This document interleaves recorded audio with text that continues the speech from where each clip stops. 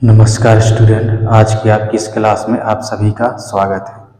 आज अपन रिजोनेंस के बारे में पढ़ने जा रहे हैं। तो सबसे पहले अपन समझेंगे कि रिजोनेंस होता क्या है। रिजोनेंस यानी जिसको अपन अनुनाद कहते हैं। तो अणु की जो संरचनाएं होती हैं, ठीक है ना, अपन ने अणुओं की संरचना के बारे में पढ़ लिया है और उससे संबंधित जो सिद्धांत दिए है ना, वो भी अपन ने देख लिए हैं। तो जो अणु की जो आणविक संरचना होती है वो अपने समस्त गुणों का निर्धारण नहीं कर पाती है, या अपन उसकी संरचना द्वारा अणु की जो जितनी भी है ना लक्षण होते हैं या गुण होते हैं उनको अपन निर्धारित नहीं कर पाते हैं। तो ऐसी स्थिति में उनकी कुछ काल्पनिक संरचनाएं है ना अपन दिखाते हैं या बनाते हैं, ठीक है ना। और एक ऐसी संरचना बनाते हैं जो कि क्या है, अणु की है ना समस्त गुणों को निर्धारित कर सके। तो इस प्रकार की जो संरचना होती है वो अनुनादी संकर कहलाती है, और इस प्रकार का जो यौगिकों का जो गुण होता है वो अनुनाद कहलाता है। तो इसमें अपन परिभाषा देखते हैं पहले।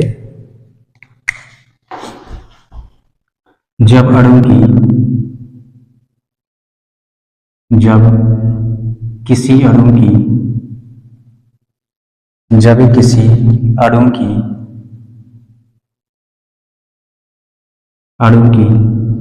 आणविक संरचना उसके समस्त गुणों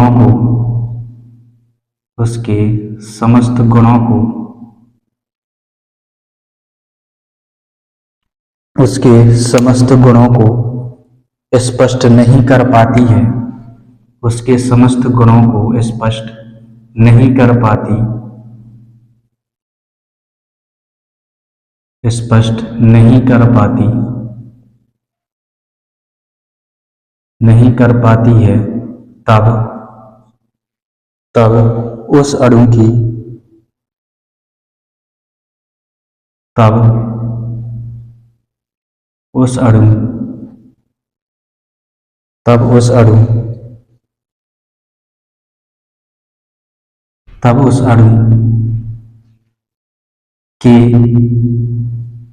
तब उस अणु के गुणों को या समस्त गुणों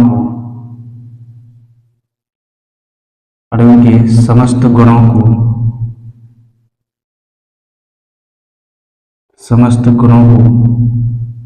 स्पष्ट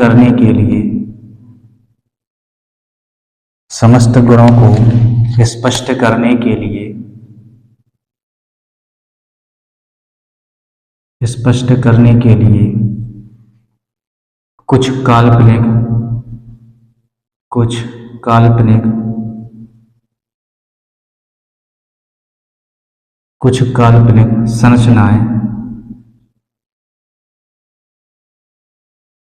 कुछ काल्पनिक संरचनाएं व्यक्त की जाती हैं,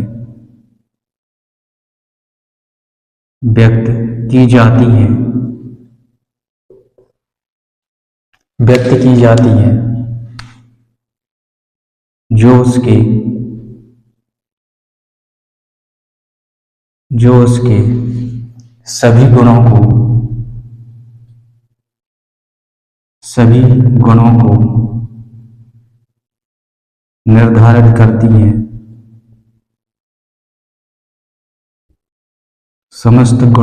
निर्धारित करती हैं, अनुनादी संकर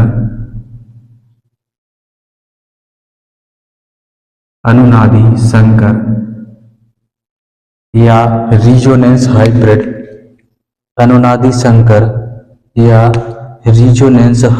कहलाती हैं। अनुनादी संकर या रिजोनेंस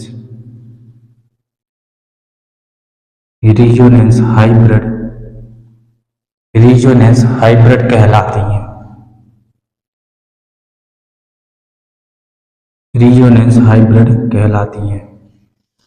और इस लक्षण को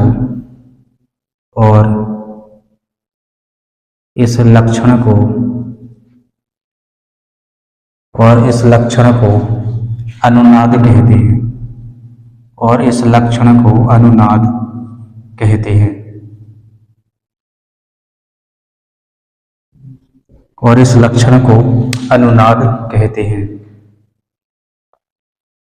ठीक है ना। तो ये जो घटना है या जो लक्षण है ये अनुनाद कहलाता है ना। जब किसी अणु की आणविक संरचना है ना के द्वारा उसके सभी गुणों का निर्धारण नहीं किया जा सकता, स्पष्ट नहीं किया जा सकता, तो फिर क्या है, अनुनादी संकल्प या अनुनादी संकर है ना, या कुछ अन्य है ना संरचनाओं की कल्पना की जाती है जो उसके सभी गुणों को निर्धारण कर सकती है।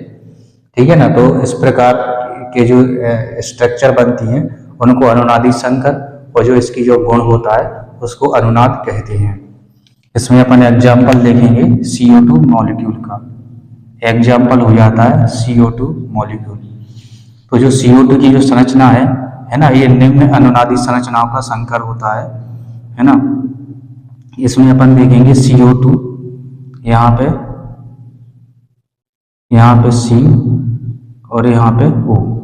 ठीक है ना। तो C इसके सेंटर में होता है और यहाँ पे O, और इसमें दो है ना लोन पेयर होते हैं। तो इनको लोन पेयर को यहाँ पे दिखा देंगे अपन।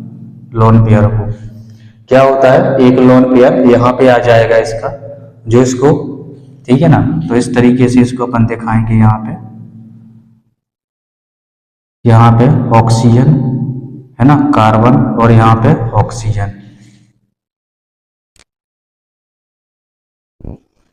इसमें क्या होता है, ये जो लोन पेयर है इसमें एक यहीं पे रहता है, यहाँ पे आ जाते हैं इसके लोन पेयर। यहाँ पे इस तरीके से एक जो लोन पेयर है यहाँ पे आ जाएगा, तो यहाँ पे ट्रिपल बॉन्ड हो जाता इस तरीके से। यहाँ पे सिंगल बॉन्ड, और यहाँ पे माइनस आ जाता, यहाँ पे प्लस आ जाएगा, ये इस तरीके से। इसके बाद इसकी तीसरी संरचना कुछ इस तरीके से हो जाती है। अब इसको पलट देना है, यहाँ पे O, यहाँ पे C और यहाँ पे O। ठीक है ना। यहाँ पे पॉजिटिव था तो इसमें क्या कर देना, यहाँ पे इलेक्ट्रॉन युग्म में 3 आ जाएंगे, इस पे माइनस हो जाएगा है ना, सिंगल बॉन्ड, यहाँ पे ट्रिपल बॉन्ड हो जाएगा।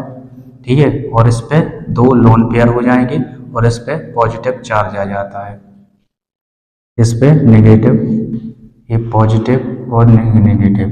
ठीक है ना। तो इस तरीके से जो CO2 है इसकी अपन है ना 3 अनुनादी संरचनाएं बना सकते हैं। ठीक है ना। तो इस प्रकार ये इसकी अनुनादी संरचनाएं होती हैं। ठीक है ना। और इस प्रकार इस पे, और जो घटना या जो लक्षण है ये इसका अनुनाद कहलाता है। ठीक है ना। तो ये CO2 मॉलिक्यूल होता है और निम्न संरचनाओं का अनुनादी संकर होता है। इसके अलावा और भी है ना, और भी देखेंगे अपन मॉलिक्यूल। ठीक है। जैसे कार्बोनेट है CO3। ठीक है ना। CO3 भी होता है इसमें। कार्बोनेट आयन यहाँ पे 2 नेगेटिव रहेगा। इसकी संरचना इस तरीके की होती है। यहाँ पे C डबल बॉन्ड O, एक ऑक्सीजन यहाँ पे रहेगा माइनस, और एक ऑक्सीजन यहाँ पे रहेगा, इस पे भी माइनस।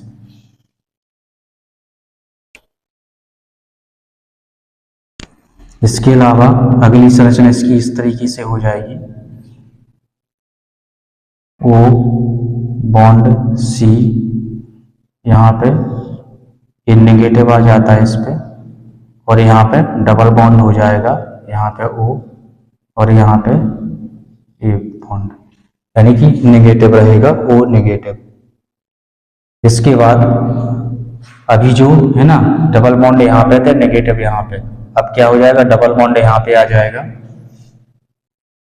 अगली संरचना में इस तरीके का हो जाता है। ठीक है ना। यहाँ पे सिंगल बॉन्ड, यहाँ पे रहेगा C, यहाँ पे आ जाएगा डबल बॉन्ड, डबल बॉन्ड यहाँ पे आ जाएगा, यहाँ पे सिंगल बॉन्ड नेगेटिव रहेगा। ठीक है ना। तो इस तरीके से, ठीक है ना, यहाँ पे दोनों पे नेगेटिव है, फिर इन दोनों पे नेगेटिव आ गया, और फिर क्या है, इस पे नेगेटिव होता है इन पे। तो इस तरीके से ये 3 संरचनाएं इसकी बन जाती हैं, यानी कि अनुनादी संकरण। इसका एक हाइब्रिड स्ट्रक्चर भी बना सकते हैं तीनों को मिला करके। ठीक है ना। तीनों को मिला करके इनका एक हाइब्रिड स्ट्रक्चर बनाएंगे, इसमें भी बना सकते हैं अपन, है ना। तीनों को मिला करके हाइब्रिड स्ट्रक्चर इसका बनाते हैं पहले, है ना। तीनों को मिला करके इनका हाइब्रिड स्ट्रक्चर बनाएंगे। यहाँ पे बनाएंगे, इसको थोड़ा छोटा किए दे रहे, ठीक है ना। और इसको यहाँ पे बनाएंगे इसका हाइब्रिड स्ट्रक्चर, यहाँ पे इसको छोटा छोटा किए दे रहे हैं यहाँ पे।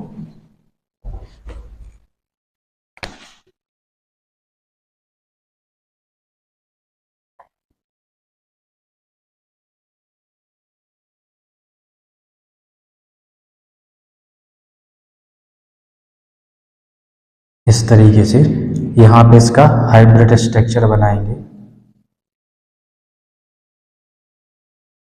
2 नेगेटिव रहेगा यहाँ पे, यहाँ पे ऑक्सीजन, यहाँ पे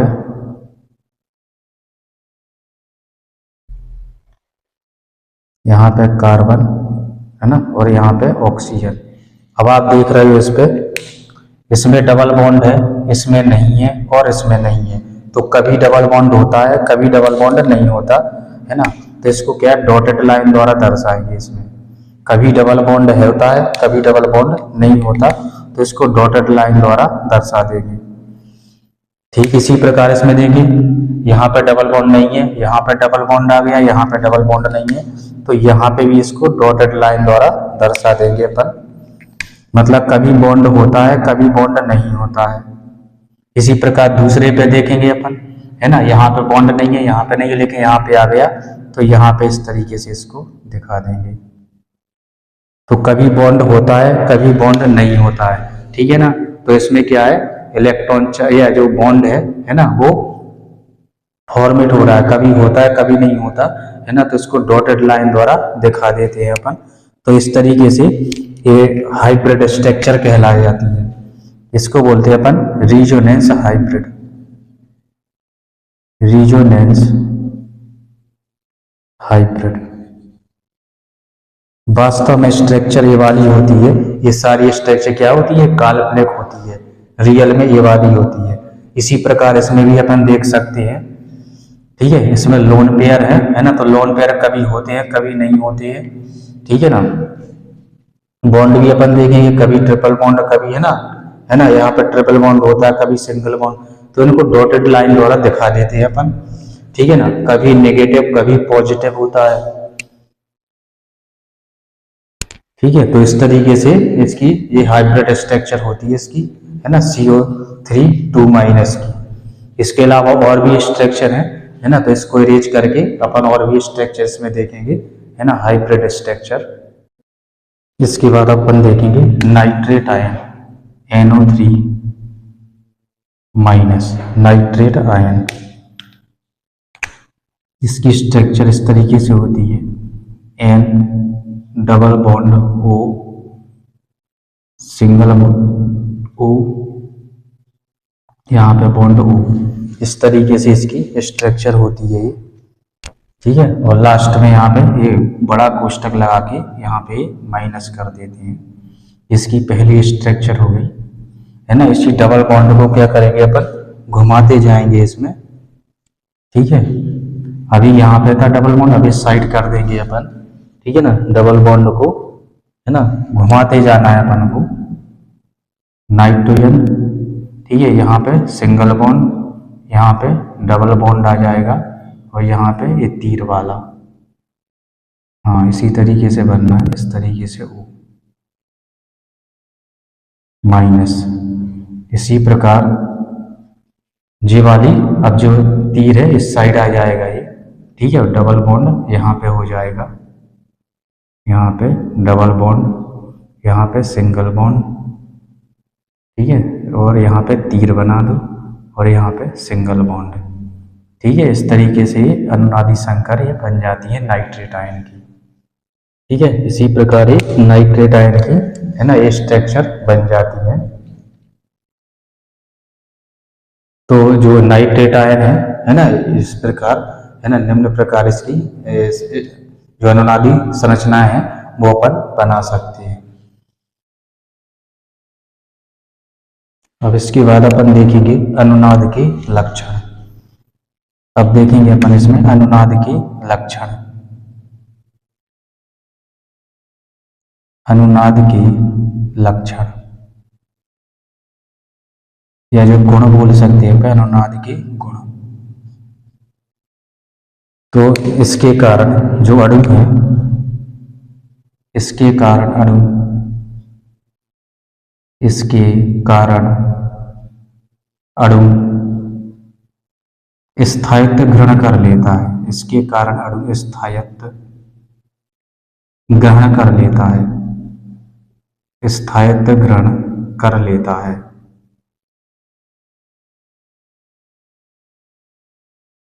जो अनुनादी संरचनाएं होती हैं ये वास्तव में ज्ञात नहीं होती, लेकिन ये वास्तव में क्या होती जरूर है, लेकिन ठीक है ना। तो अणु की जो वास्तविक संरचना है जिसे अनुनाद संकर कहते हैं, अणु की वास्तविक संरचना, अणु की वास्तविक संरचना, अणु की वास्तविक संरचना जिसे अनुनादी संकर, जिसे अनुनादी संकर कहते हैं, संकर कहते हैं, ये अज्ञात होती हैं, अज्ञात होती हैं, अज्ञात होती हैं। लेकिन वास्तव में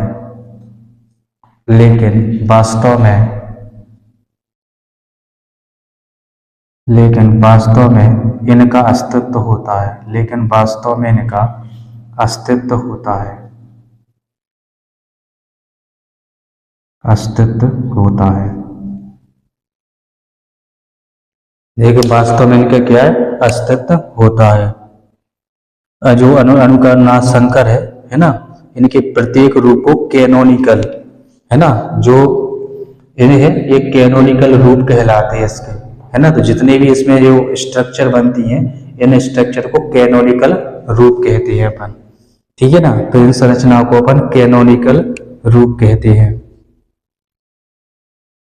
तो अपन लिख सकते हैं यहाँ पे अणु की इन काल्पनिक, अणु की इन काल्पनिक संरचनाओं को, इन काल्पनिक संरचनाओं को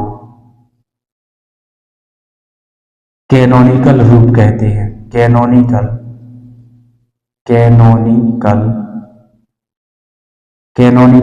रूप कहते हैं। कैनोनिकल रूप कहते हैं, ठीक है ना। इनको कैनोनिकल रूप कहा जाता है। और ये कैसी होती है, ये सारी की सारी क्या है, काल्पनिक होती है। जितनी भी संरचना है ये काल्पनिक संरचनाएं होती हैं। लेकिन इनकी एक जो हाइब्रिड संरचना यानी कि तीनों को मिला करके है ना जो संरचना बनती है ना, तो भले ही वो अज्ञात है, अपन को ज्ञात नहीं है, लेकिन वास्तव में उनका क्या है, अस्तित्व होता है। एक अणु के सभी कैनोनिकल रूप है ना, इनकी जो ऊर्जा भी होगी, इन सभी संरचनाओं की ऊर्जा क्या है, लगभग है ना समान होती है ना। इनकी जो ऊर्जा रहेगी वो क्या होती है, समान होती है, ठीक है ना। तो एक अगला लक्षण हो जाएगा इसका, इसकी जितनी भी संरचनाएं बनी है इन सभी की जो ऊर्जा होती है वो समान हो जाती है।